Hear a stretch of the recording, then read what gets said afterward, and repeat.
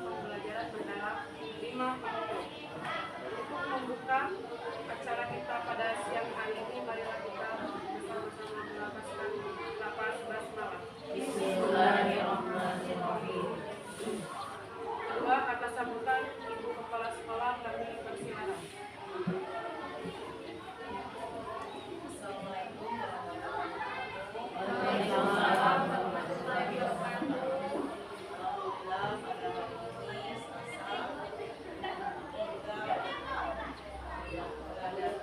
kita mengadakan pembahasan materi mendalam yang sudah diikuti oleh salah satu peserta. Alhamdulillah pada siang hari ini berdasarkan dan sehat. Di sini kami akan membahas tentang pembahasan ini dengan sebaik mungkin jangan bisa diterapkan kepada anak kita. Kita adalah salah satu sekolah sasaran di pembelajaran mendalam. Semoga bisa pembelajaran mendalam ini menjadi jalan kita dan juga buat adapun untuk kegiatan ini hari pertama. Nanti setelah pembelajaran ini akan diikuti nanti ada kita sebagai sekolah bebas sudah dapat nanti menerapkannya kepada siswa. Jadi dari pembahasan ini wali kelas itu yang harus mampu dan sebisa mungkin kita nanti akan menerapkannya kepada anak-anak. Dan bagi anak-anak semester ini yang diwajibkan setelah mengikuti pembelajaran mendalam ini itu anak kelas 6 dan kelas 7. Memang sudah selesai nanti pada bulan September.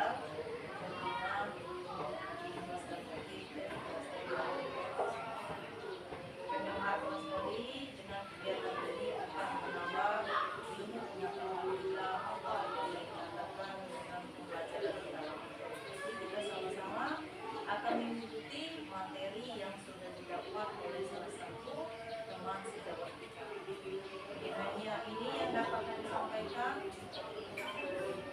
dengan kita ucapkan lafaz bismillahirrahmanirrahim. Kita buka pembahasan pada siang hari ini. Wassalamualaikum warahmatullahi wabarakatuh. Waalaikumsalam warahmatullahi wabarakatuh. Dan untuk selanjutnya doa yang akan diwakilkan oleh Bapak Raka Febriansyah. Baiklah, sebelum kita berdoa, kita membaca untuk kitab terlebih dahulu. Al-Fatihah.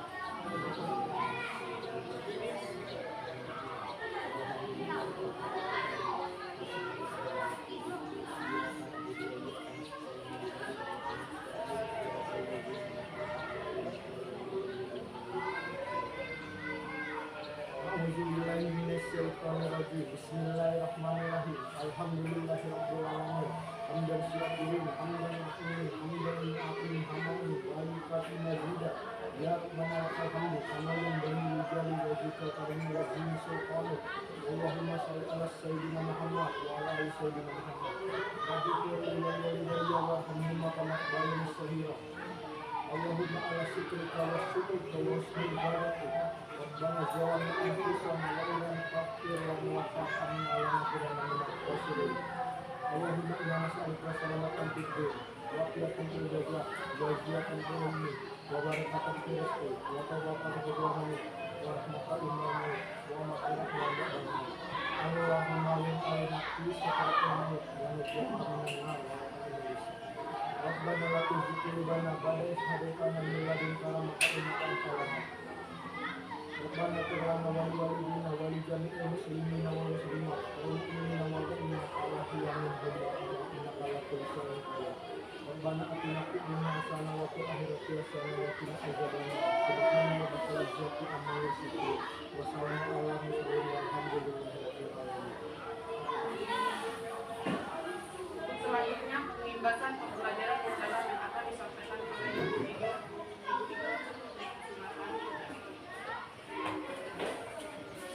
Terima kasih untuk Ibu Ayu. Saya awali dulu dengan Assalamualaikum warahmatullahi wabarakatuh. Waalaikumsalam warahmatullahi wabarakatuh.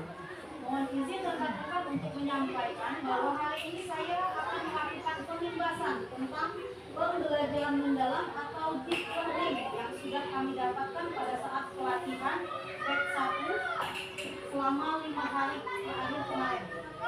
Untuk yang pertama, yang akan saya jelaskan adalah pembelajaran mendalam atau deep learning adalah pendekatan belajar yang menekankan pada konsep pemahaman.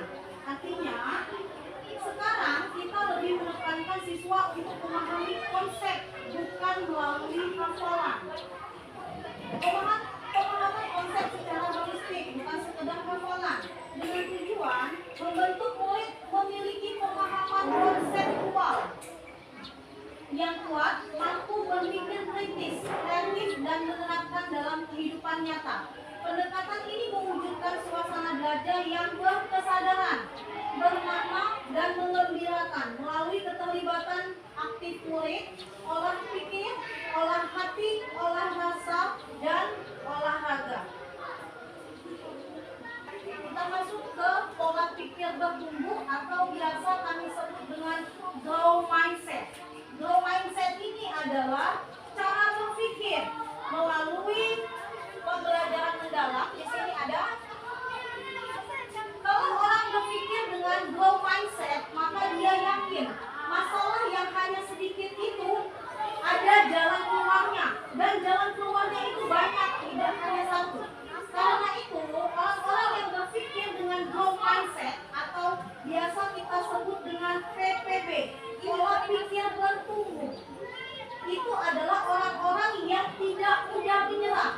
Jangan putus asa dan yakinlah setiap tantangan dan kesulitan itu akan ada jalan keluarnya.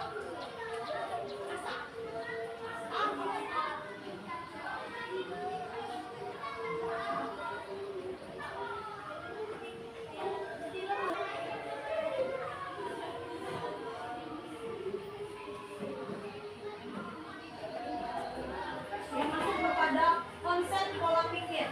Di sana ada pola pikir adalah segalanya.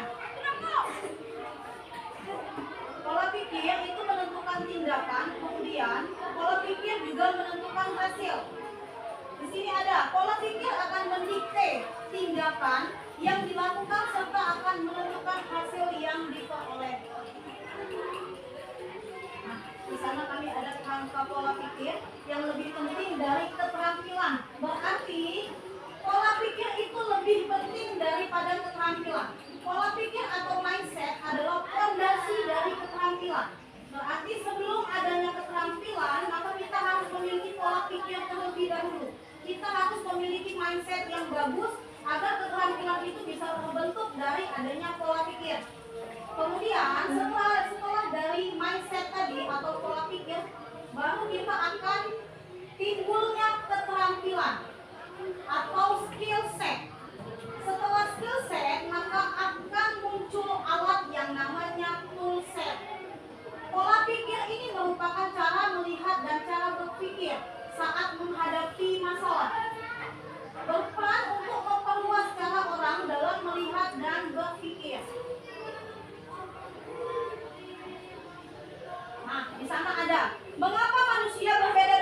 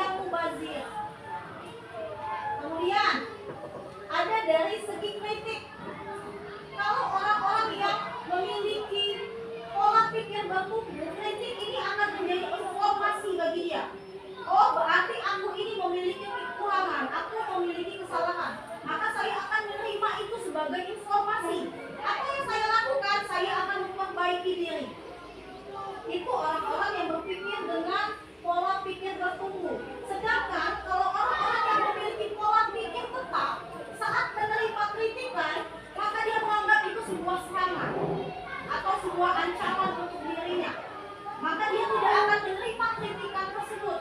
Itu disebut dengan orang-orang yang memiliki pola pikir tetap. Artinya orang-orang yang seperti ini tidak akan maju atau tidak akan bisa mindset grow atau tidak akan bisa bagaimana ya, pola pikirnya tidak akan bertumbuh. Jadi orang-orang seperti ini akan stuck di tempat dan tidak akan berkembang. Kemudian sukses order. Di sini kalau orang yang PPB dia akan menjadi sebuah inspirasi. Tapi apabila kita memiliki kecenderungan PPT atau pola pikir tetap, kembali lagi bahwa sukses order ini adalah sebuah ancaman. Dan itu sangat tidak menyenangkan. Makanya pada saat kami pembelajaran mendalam kemarin, bagaimana kami dilatih untuk orang-orang yang berpikir tetap ini, bagaimana caranya agar bisa menjadi orang-orang yang berpikir tumbuh, menjadi pola pikir bertumbuh, bukan orang-orang yang menjadi pola pikir tetap. Jadi dapat kita simpulkan di sini bahwa orang-orang yang memiliki pola pikir tetap di sini dapat dikatakan sebagai orang yang pesimis, yang tidak percaya dengan keahliannya, tidak percaya dengan kemampuannya. Sedangkan kalau orang-orang yang memiliki pola pikir bertumbuh, dia akan menerima tantangan dan menjawab tantangan tersebut. Oh, bahwa saya diberi tantangan dan saya akan menyambut tantangan itu. Dan saya yakin walaupun kesulitan itu besar, saya bisa menghadapinya dan saya akan menemukan jalan keluarnya. Itu adalah orang-orang yang memiliki pola pikir bertumbuh. Dan kami diajak di sana nanti simulasi untuk bagaimana mengajak teman-teman yang memiliki pola pikir tetap ini agar menjadi orang-orang yang memiliki pola pikir bertumbuh. Artinya, kalau orang-orang yang memiliki pola pikir bertumbuh, kita akan sama-sama maju. Kita menerima kritikan, kita menerima tantangan, dan semua itu kita ambil resikonya. Dan tidak ada yang misalkan kalau diberi kritikan kita menganggap itu sebagai sebuah serangan atau sebuah ancaman. Karena itu adalah orang-orang yang berpikir dengan pola pikir tetap. Maka tanam di hati bahwa kita adalah orang-orang yang memiliki mindset grow atau pola pikir bertumbuh.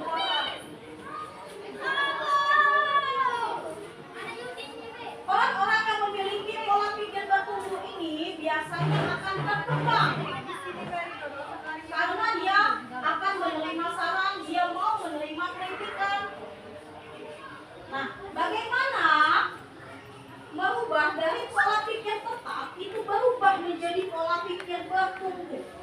Caranya, belajar cara mengenali suara pola pikir tetap. Kita bisa mengenali diri kita sendiri. Jadi misalnya, oh aku ini masih tergolong ke dalam PPT. Apakah aku bisa mengubah diriku menjadi PPT, dari PPT menjadi PPB?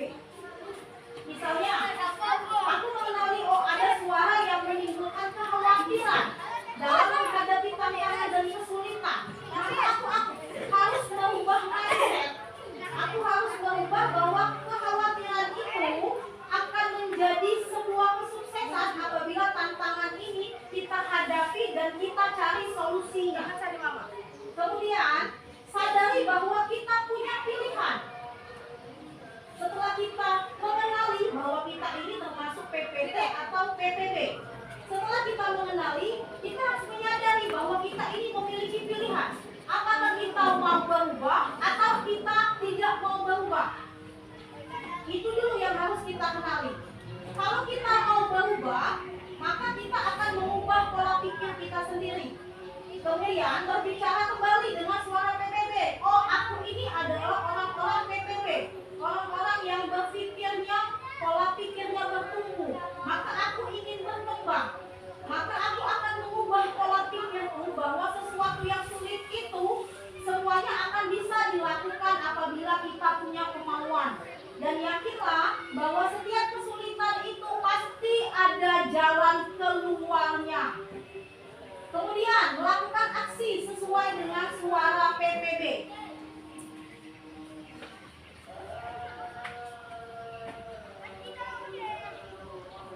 Nah, di sana ada contoh suara pola pikir tetap. Rekan-rekan bisa membaca di sana bahwa suara pola pikir tetap, kalau saya gagal, berarti saya tidak mampu. Ini adalah orang-orang yang masuk ke PPT atau pola pikir tetap. Tapi kalau orang itu merupakan orang yang memiliki pola pikir bertumbuh, kalau saya gagal, berarti saya harus mencoba lagi. Saya harus belajar lagi.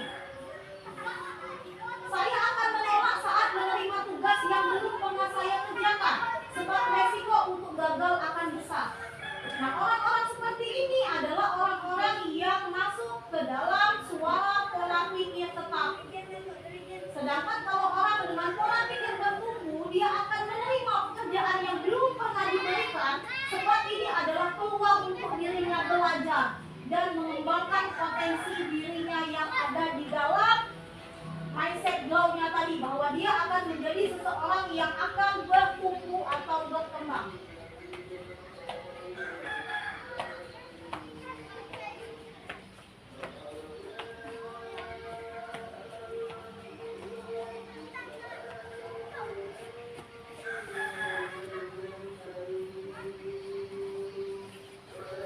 Kita masuk ke peta pikiran kerangka pembelajaran. Nah, di sana atau bisa kami sebut ini adalah rangkuman dari modul 1 sampai modul 5 yang sudah kami lakukan. Selain modul 6 dan 7 itu adalah refleksi. Jadi peta pikiran kerangka pembelajaran atau kerangka kerja pembelajaran mendalam di situ. Di sana ada prinsip pembelajaran. Prinsip pembelajaran di sini ada 3, yaitu berkesadaran, bermakna, dan menggembirakan. Kemudian di sini juga ada pengalaman belajar. Pengalaman belajar ini terdiri dari 3 juga, yaitu memahami, mengaplikasi, dan merefleksi. Kemudian ada kerangka pembelajaran. Kerangka pembelajaran ini terdiri dari 4, yaitu praktik pedagogis, lingkungan pembelajaran, kemitraan pembelajaran, dan pemanfaatan digital. Kemudian sekarang kita menggunakan 8 dimensi profil lulusan. Kalau kemarin hanya 5, dan sekarang berubah atau ditambahkan menjadi 8 dimensi profil lulusan. Di sana ada keyakinan dan ketakwaan terhadap Tuhan Yang Maha Esa. Kemudian ada kewargaan, penawaran kritis, kreativitas, kolaborasi, independen, kesehatan, dan komunikasi.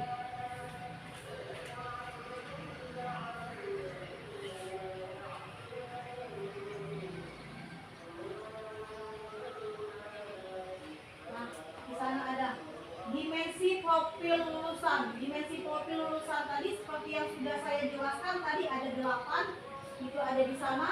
Dimensi profil lulusan merupakan fokus profil lulusan yang akan dicapai, yaitu keimanan dan ketakwaan terhadap Tuhan Yang Maha Esa, kewargaan, kreativitas, penawaran kritis, kolaborasi, kemandirian, kesehatan, dan komunikasi. Begitu juga dengan prinsip pembelajaran, pengalaman belajar, dan kerangka pembelajaran.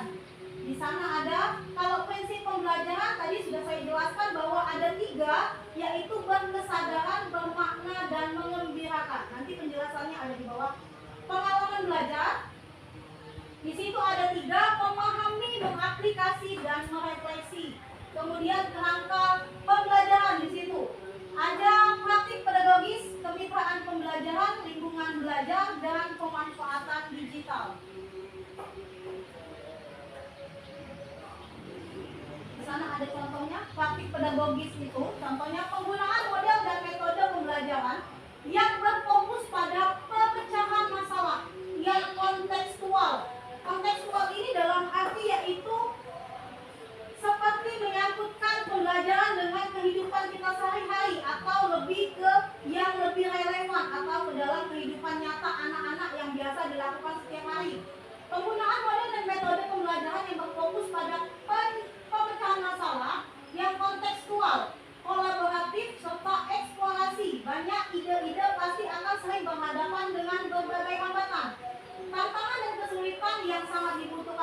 PPB. Selain itu, penggunaan peta pikiran juga sangat berguna dalam praktik ini sebab bisa memvisualisasikan proses pembelajaran. Kemudian di situ ada lingkungan pembelajaran, kemitraan, dan juga ada pemanfaatan digital. Nah, di sana tentang kemitraan.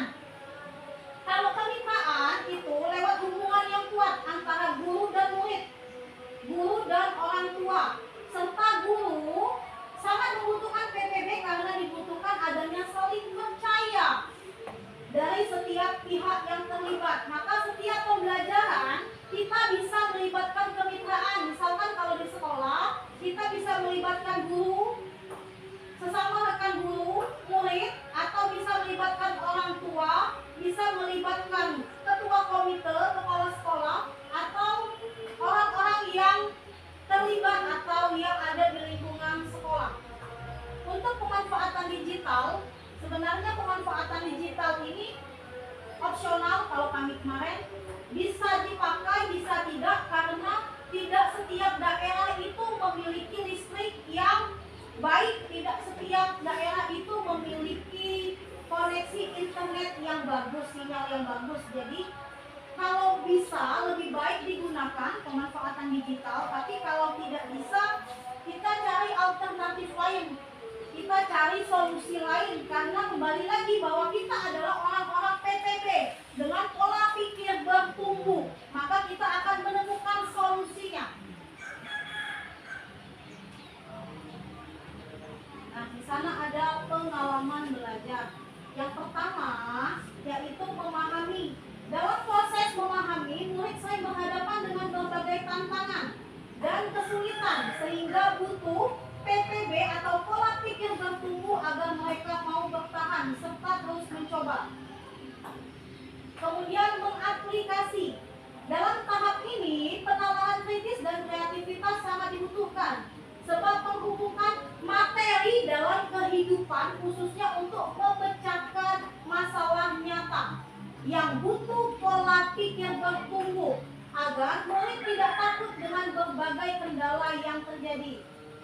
Yang terakhir itu yang ketiga itu merefleksi. Pada tahap ini peran pola pikir bertumbuh ini sangat besar sebab murid akan diajak untuk memahami apa tujuan dari pembelajaran ini dan sejauh mana tujuan ini telah tercapai, serta mengeksplorasi kekuatan, tantangan, dan cara mencari apa yang perlu diperbaiki. Prinsip pembelajaran. Di sana ada berkesadaran, tadi sudah dijelaskan, bermakna dan menggembirakan. Nah, berkesadaran di sini, pola pikir bertumbuh, murid akan sadar bahwa belajar adalah proses yang di dalamnya selalu ada tantangan, hambatan, dan kesulitan yang harus dihadapi. Bahkan seringkali murid melakukan kesalahan, bahkan mengalami kegagalan agar terbentuk learning mindset. Kemudian yang bermakna di situ, itu sudah dijelaskan bahwa orang-orang seperti ini, orang-orang PPB adalah seorang yang bisa menjadi pembelajar sepanjang hayat atau lifelong learner yang berguna dalam menghadapi berbagai kendala. Kemudian menggembirakan. Pembelajaran yang menggembirakan ini yaitu menciptakan suasana yang kondusif, suasana belajar yang positif serta menyenangkan, serta memotivasi siswa dalam menghadapi tantangan. Nah, ini profil lulusan yang semula dari 5 sekarang berubah menjadi 8 karena sudah ditambahkan menjadi 8. Kita masuk kepada tentang asesmen. Tadi sudah modul 1, 2, dan 3 sudah merangkap di sana sampai 5. Sekarang kita masuk kepada asesmen. Asesmen dalam pembelajaran mendalam.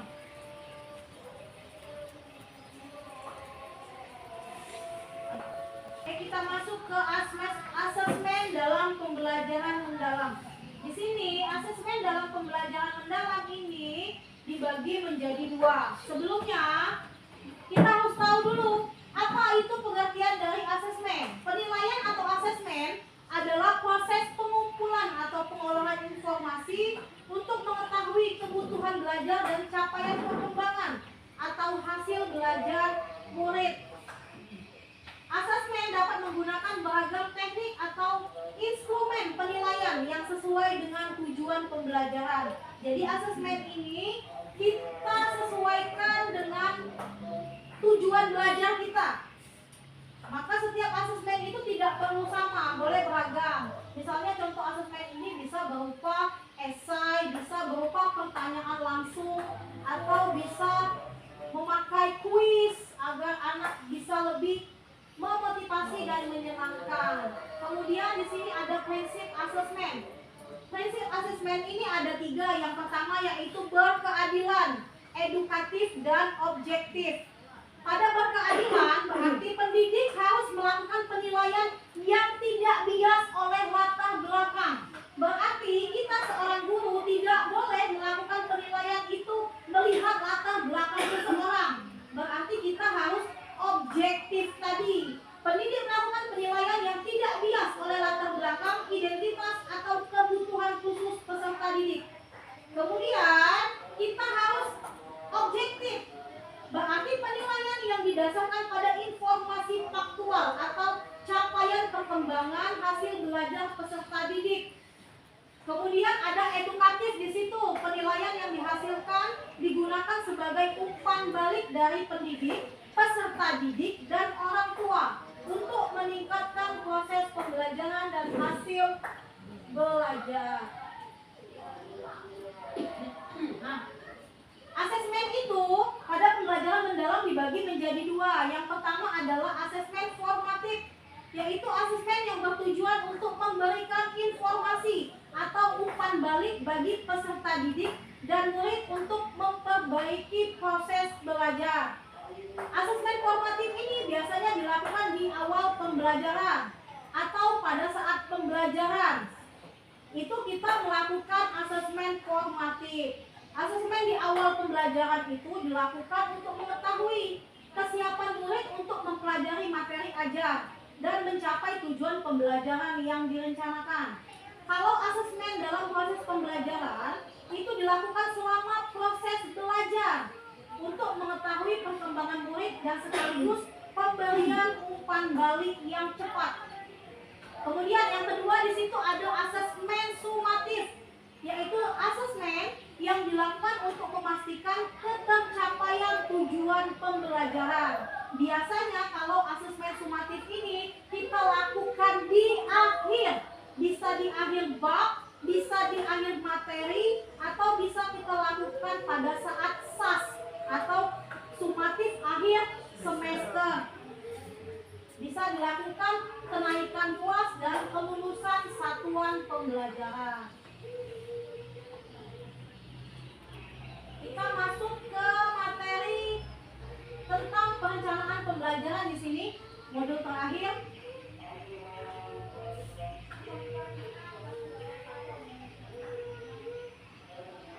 Nah, di sini ada perencanaan pembelajaran mendalam. Kami langsung ke intinya saja, bahwa pada perencanaan pembelajaran mendalam, kalau dulu kita sebut dengan MPP, setelah itu kita sebut dengan modul ajar, dan sekarang namanya berubah menjadi perencanaan pembelajaran mendalam. Jadi kalau kemarin kami sudah bertanya dengan hasilnya, Bu, bagaimana ciri-ciri dari perencanaan pembelajaran itu sudah dikatakan deep learning atau belum? Dan ternyata di situ tidak ada keharusan bahwa perencanaan pembelajaran mendalam itu harus seperti ini, tidak.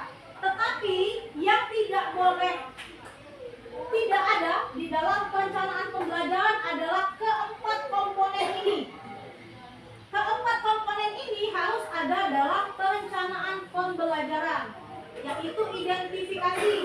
Identifikasi ini yaitu menyangkut identifikasi kesiapan murid, kemudian memahami karakteristik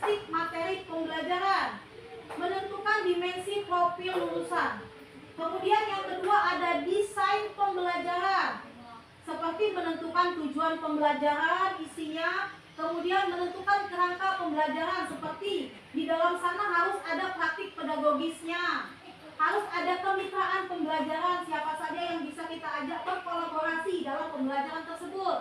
Kemudian lingkungan belajar, bisa kita manfaatkan lingkungan belajar atau di sekitar sekolah juga bisa. Atau pemanfaatan digital, ini opsional yang sudah kami bilang tadi. Kemudian di situ ada pengalaman belajar. Di dalam pengalaman belajar ini, salah satunya di sana adalah merancang pembelajaran dengan prinsip berkesadaran, bermakna dan menggembirakan. Kemudian mendeskripsikan pengalaman belajar, memahami, mengaplikasi, dan merefleksi.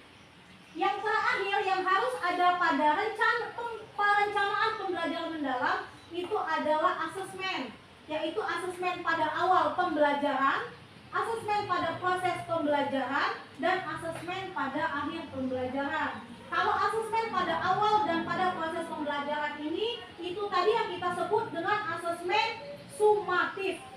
Sedangkan pada asesmen akhir pembelajaran bisa kita sebut dengan yang itu tadi, maaf kami salah, asesmen pada awal dan pada proses pembelajaran itu adalah asesmen formatif yang kita pergunakan.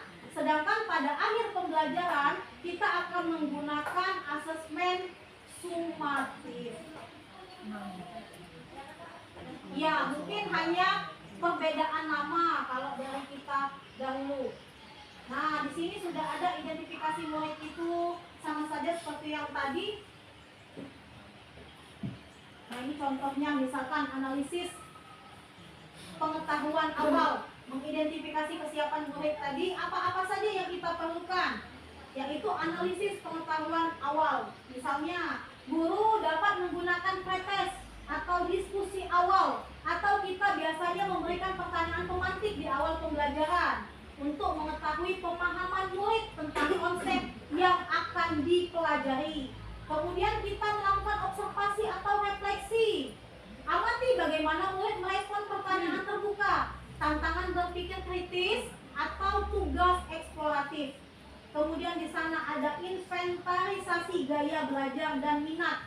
Biasanya di sini bisa digunakan angket atau wawancara singkat untuk mengetahui gaya belajar dan minat murid mana yang memang diminati oleh murid tersebut. Jadi kita bisa menyesuaikan strategi pembelajaran yang lebih relevan dan menarik bagi mereka sesuai dengan minat belajar mereka. Kemudian ada analisis keterampilan berpikir tingkat tinggi. Nah, ini yang biasa kita sebut dengan HOTS, yaitu memberikan tugas berbasis pemecahan masalah atau proyek kecil. Jadi anak tersebut kita berikan sedikit masalah yang berbasis masalah, tugas yang berbasis masalah atau proyek kecil untuk melihat sejauh mana murid dapat mengambil keputusan dan bagaimana murid tersebut dapat mencari solusi dan memecahkan masalah tersebut. Yang kelima di situ ada konteks sosial atau emosional, yaitu faktor sosial dan emosional ini dapat mempengaruhi kesiapan belajar seperti rasa percaya diri, motivasi, atau hambatan psikologis dalam proses pembelajaran. Gunakan pendekatan diferensiasi untuk menyesuaikan strategi pembelajaran dan kebutuhan individu maupun kelompok. Mungkin hanya itu yang bisa kami sampaikan. Jadi tadi sudah kami jelaskan bahwa pembelajaran mendalam itu memiliki beberapa prinsip, kemudian beberapa pola pikir tadi sudah kami jelaskan. Nah, kita kembali.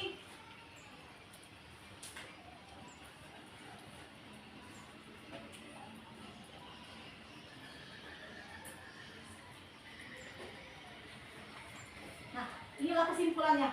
Jadi kesimpulan pada pembelajaran mendalam ini bahwa pembelajaran mendalam ini merupakan di situ ada kerangka pembelajaran, ada pengalaman belajar, prinsip pembelajaran, dan dimensi profil lulusan.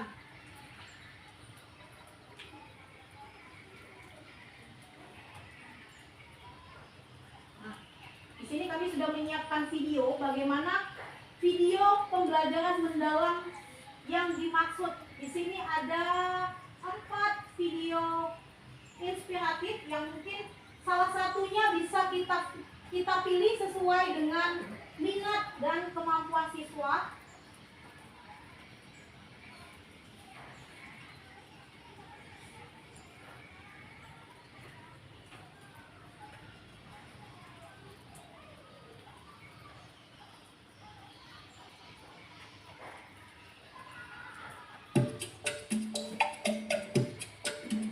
Ini salah satu model video pembelajaran mendalam.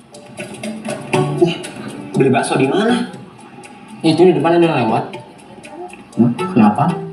Nih, lihat nih. Sekarang lagi banyak kasus tentang boraks. Pertama pada bakso. Bohong itu benernya. Nih, korbannya aja ada segini tuh. Ah, kamu bikin takut aja.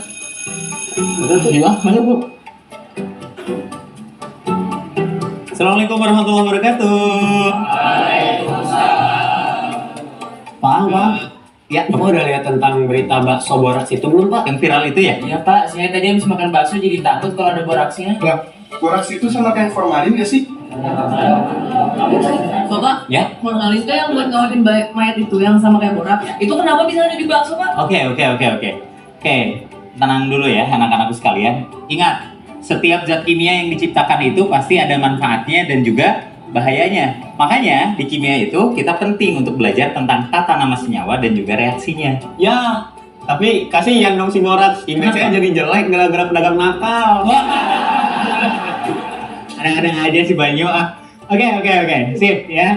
Kalau begitu ya sekarang cari ya zat kimia di sekitar kalian. Saya akan bagikan ini LKPD. Silahkan di transfer ke bagian belakang ya.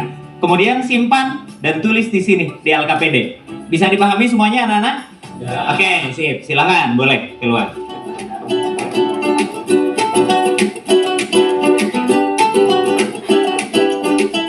Pada kegiatan ini, guru dapat mendampingi para murid dalam mengidentifikasi kandungan senyawa kimia.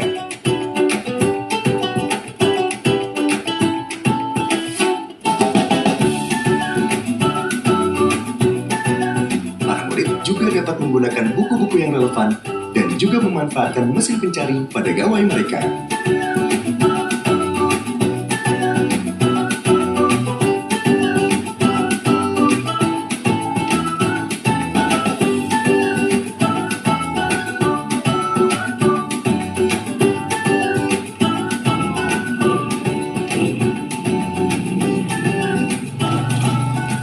Oke, anak-anak.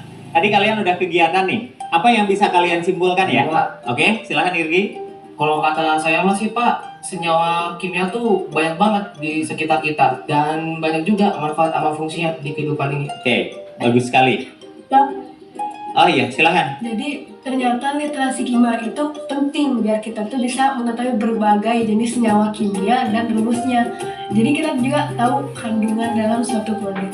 Dengan itu kita bisa menghindari bahaya yang mungkin ada gitu. Oke, betul sekali. Ternyata belajar kimia itu menarik kan? Tadi juga saya lihat ada yang sudah nyari tentang boraks dan formalin. Siapa ya tadi? Saya Pak, Oh iya, gimana? ternyata rumus kimia boraks dan formalin itu berbeda ya Pak. Saya kira sama. Oke, betul berbeda ya. Jadi, boraks itu adalah natrium tetraborat dengan rumus Na2B4O9. Nah, dia itu wujudnya adalah serbuk. Sedangkan formalin, nama aslinya itu adalah formaldehida dengan rumus CH2O. Ini wujudnya cair. Ingat ya, ada tata nama senyawanya masing-masing. Oleh karena itu, jangan sembarangan menyamakan satu senyawa dengan senyawa yang lain hanya karena kita melihat dia itu digunakan dalam keperluan yang sama. Oke, anak-anak bisa dipahami? Tadi, saya juga lihat nih ada yang inisiatif mencari tentang cara pengujian boraks pada makanan. Metode apa aja nih yang kalian temukan? Saya Pak, dari buku yang saya baca ada 3 percobaan yang gampang Pak. Ada dari kunyit, uji nyala, sama ekstrak kol ungu Pak. Bagus. Oke, silahkan Kiras. Tadi saya baca artikel di internet, katanya bisa diuji juga dengan spektrometer kekayaan juga Pak. Mantap, bagus sekali. Ayo dong Pak, kita coba langsung. Kayaknya yang pakai kunyit, uji nyala, sama ekstrak kol ungu gampang deh Pak. Boleh aja, ya. Saya juga udah menyiapkan untuk praktikum hari ini. Yang penting kalian tetap belajar kimia dengan semangat ya. Nah, sekarang coba bantu saya untuk menyiapkan praktikumnya, oke? Boleh yang di depan pindah ke belakang.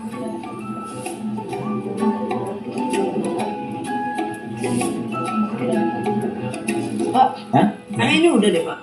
Oke. Sampel bakarnya mana Pak? Oh iya lupa. Aduh. Halo kawan, serius amat tuh pada ngapain sih? Ada Pak Iwa. Kebetulan nih, boleh minta bakso dan ketupatnya sedikit gak? Aduh, salah lewat saya.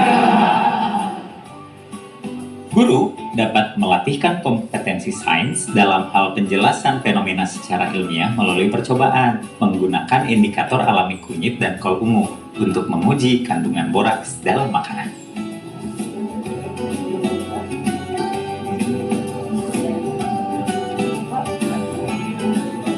Pak, Ibu berapa barang untuk pakai? Serius? Ini kayaknya juga berubah deh Pak yang waktu.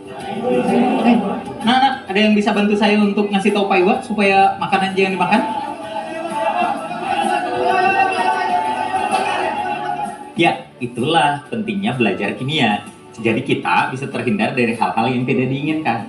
Oke, ada yang tahu kenapa tadi ada perubahan warna? Ya Pak, Oke, silakan Aurel. soalnya ada reaksi kimia antara senyawa boraks dan senyawa yang ada di dalam kunyit dan ekstra kol ungu. Nah, ada yang tahu juga bagaimana cara menuliskan reaksi kimia? Saya Pak, Oke, Gina, silakan. bahan 1 tambah bahan 2 jadi bahan baru Pak. Oke, Naila. Dari buku yang saya baca, itu namanya persamaan reaksi Pak. Saya akan tuliskan persamaan reaksi di depan kelas. Kemudian kalian coba jawab.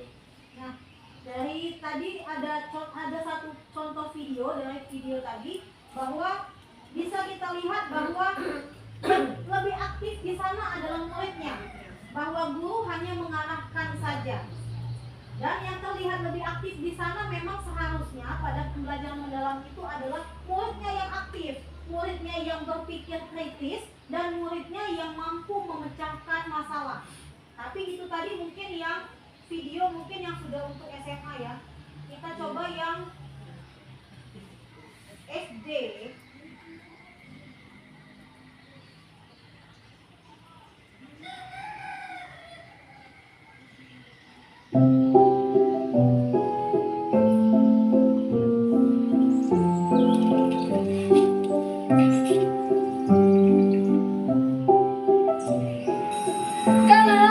Hai. Halo Kak. Hai Dan. Masuk yuk. Ayo, ini udah bel juga nih. Yuk.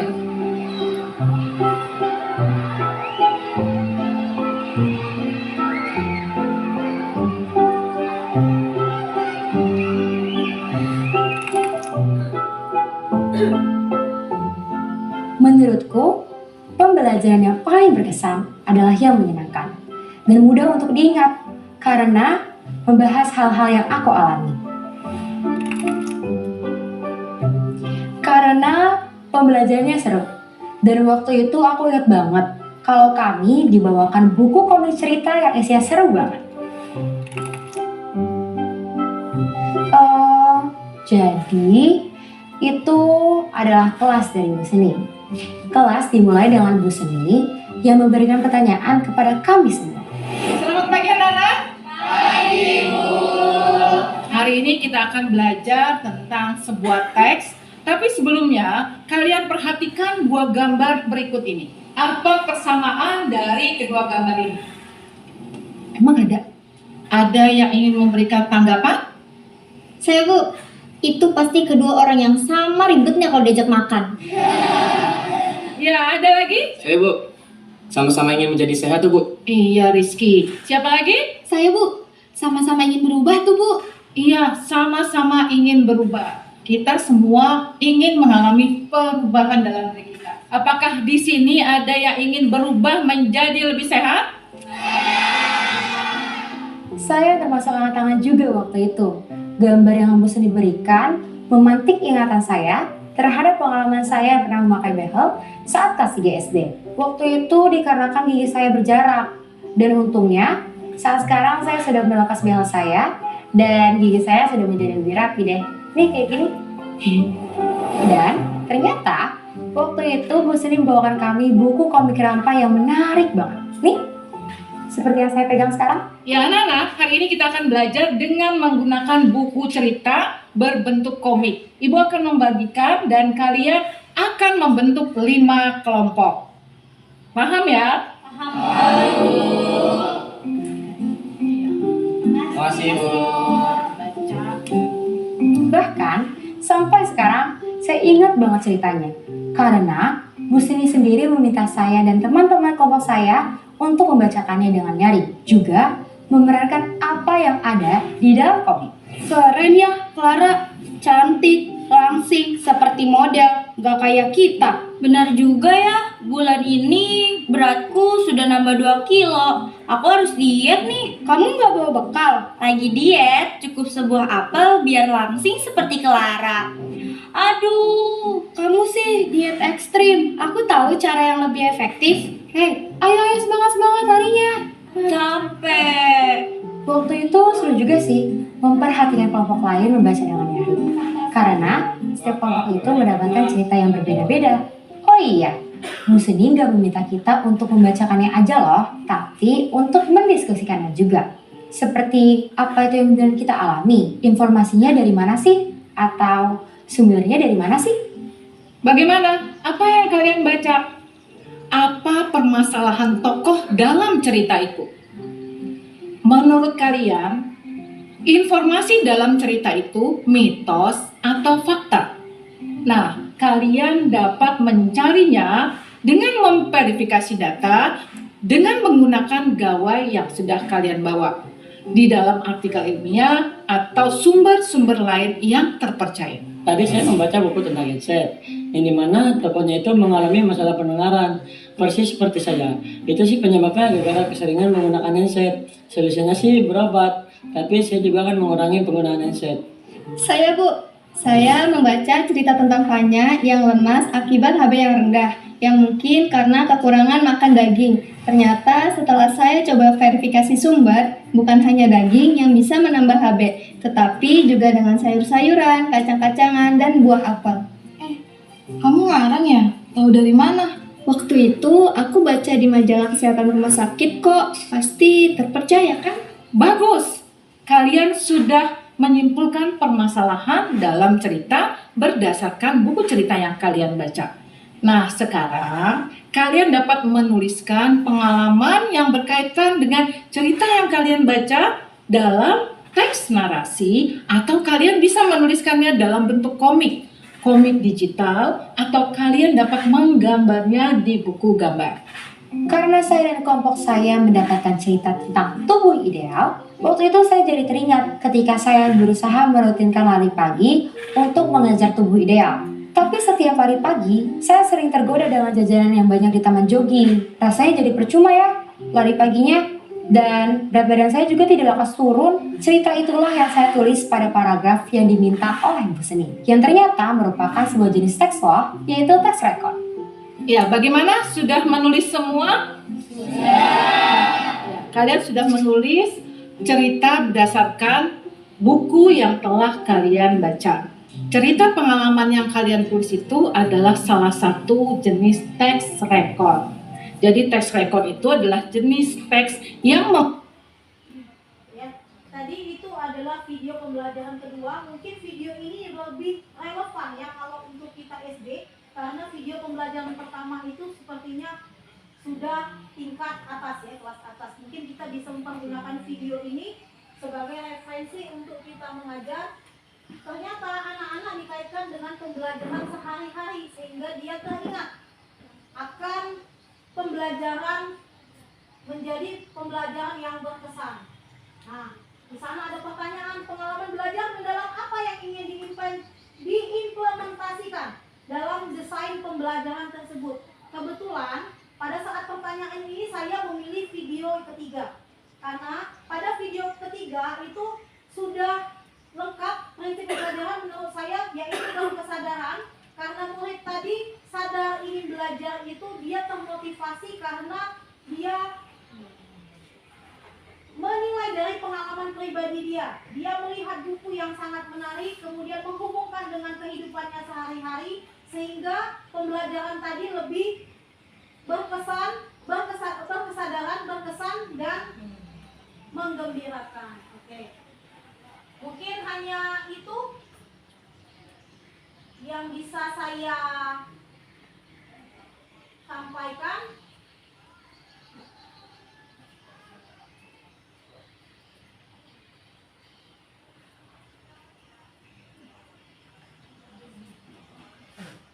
Baik teman-teman, mungkin hanya ini yang bisa saya sampaikan pada hari ini tentang pembelajaran mendalam yang sudah kami dapatkan 5 hari terakhir kemarin. Saya berharap semoga ke depan kita semua bisa menjadi orang-orang dengan pola pikir bertumbuh dan kita akan menjadi orang-orang yang lebih maju lagi ke depannya. Terima kasih atas perhatiannya. Saya akhiri, billahi taufiq wal hidayah. Wassalamualaikum warahmatullahi wabarakatuh. Waalaikumsalam warahmatullahi wabarakatuh. Oke, itulah pembahasan tentang pembelajaran mendalam. Untuk acara selanjutnya penutup. Untuk menutup acara kita pada siang hari ini, marilah kita menambahkan nafas hamdalah. Alhamdulillah.